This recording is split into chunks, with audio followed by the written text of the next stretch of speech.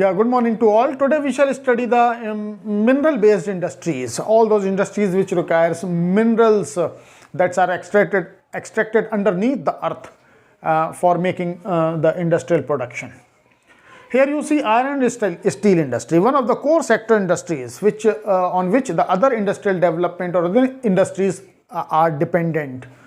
Iron and steel is required in the productions of other machineries and the iron for other machines.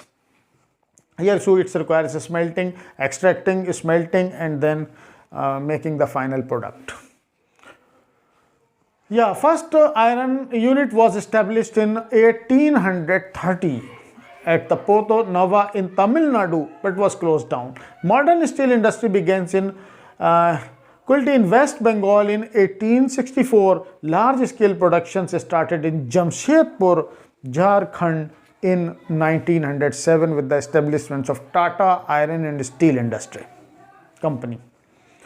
There are 10 primary targeted iron and steel plants. Examples are the Burnpur in West Bengal, Bhadravati in Karnataka. There are also 200 decentralized units of making steels in India. Here we have it is heavy industries which uses heavy bulky raw materials, namely iron ore, coal, limestones and manganese. These are the important raw material of this industry. Location: close proximity to the raw material. Finished good products are also heavy and bulky, hence need good transportation systems for distribution. Steel Authority of India, that is SAIL, that is the main that maintains the public sector plants of India, produces 27 million tons of crude steel.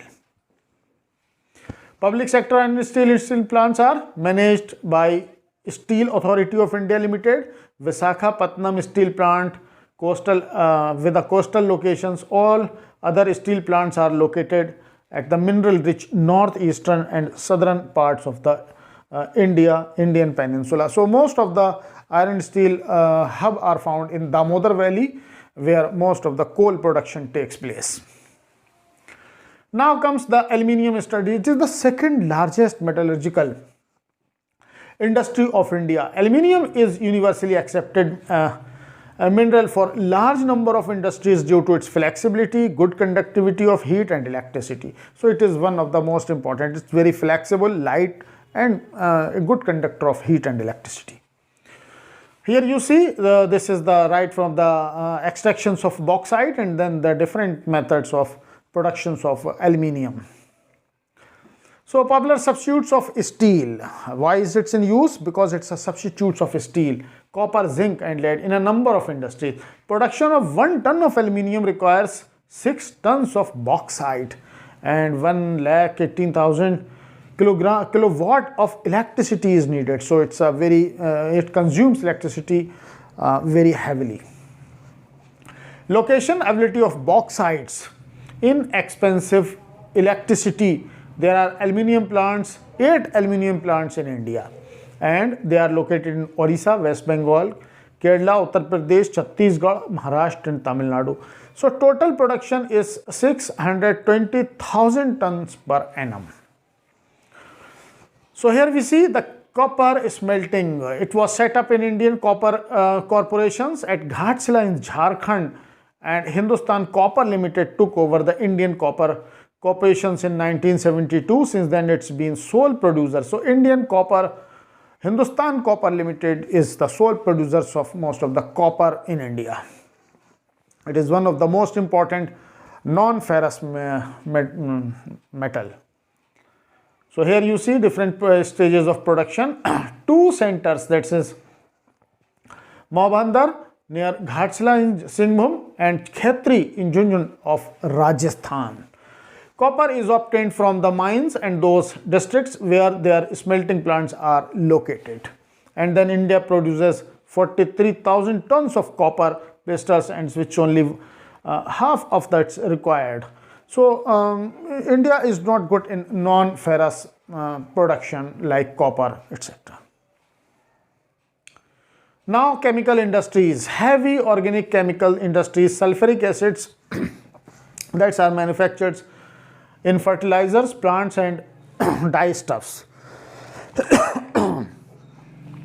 Plastics and synthetic fibers, nitric acids, alkalis, soda ash, and caustic sodas are different chemicals that are produced in this chemical industry. These are the different chemicals that are produced in India. Different plants, heavy organic chemicals, that's petrochemicals, which are used for manufacturing of synthetic fibers, synthetic rubbers, plastics, dyestuffs, and pharmaceuticals, etc.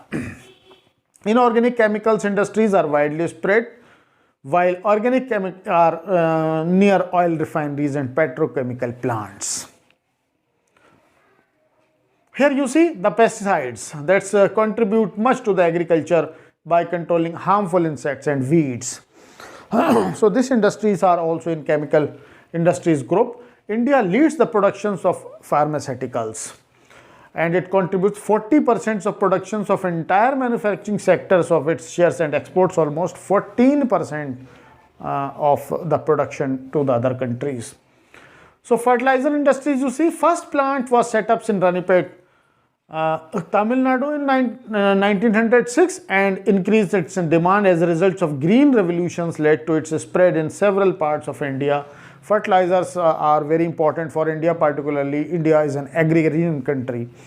Agriculture plays a very important role in economic development of the country, so we see that fertilizers are very important. Here you see that it is used in agriculture, and more than half of the total productions are there from Gujarat, Tamil Nadu, Uttar Pradesh, Punjab, and Kerala. Other states are these. Widespread due to easy availability of natural gas.